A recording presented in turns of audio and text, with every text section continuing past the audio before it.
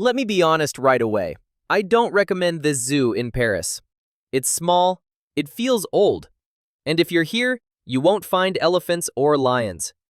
If you've flown all the way to Paris thinking, well, since I'm here, I want to see some amazing animals, then I should probably tell you now, this place will likely disappoint you. That's not because the zoo failed. In fact, it might be the opposite. It feels this way because it was intentionally kept this way. This place is called the Ménagerie du Jardin des Plantes. It's the second oldest modern zoo in the world. It's been right here since the late 18th century, and it never moved. Of course, Paris eventually built much larger zoos, with more space, more animals, and all the big mammals most visitors expect to see. Those animals are there now, just not here. Instead, this place wasn't replaced. It wasn't redeveloped. It was simply left where it was. So what remains is a small zoo, an old-looking zoo, a zoo that doesn't really feel like it was designed for tourists.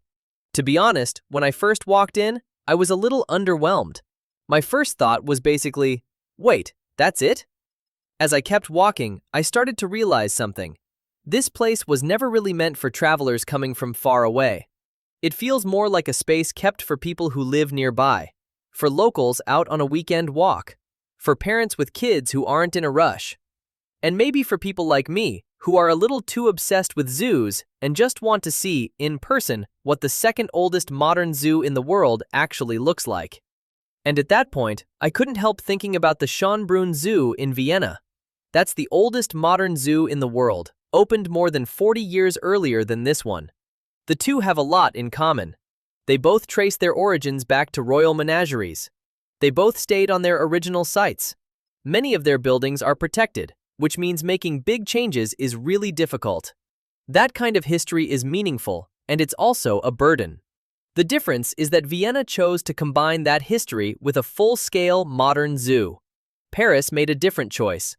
It moved the modern zoo experience elsewhere in the city and let this place remain what it already was. Two of the earliest zoos in the world, taking two very different paths. So I'll say it again. For visitors coming from far away, this zoo isn't really worth it. I believe it's worth the ticket price. It's just not worth the airfare. It helps to think of this place less as just a modern zoo and more like a cultural artifact. In that sense, it's a bit like the artworks in the Louvre. Not because they're practical, but because practicality was never the main point. This zoo didn't fail and then become small. It stayed small. While the city kept growing, it chose to stay where it was. It's not for everyone. And honestly, it seems perfectly comfortable with that.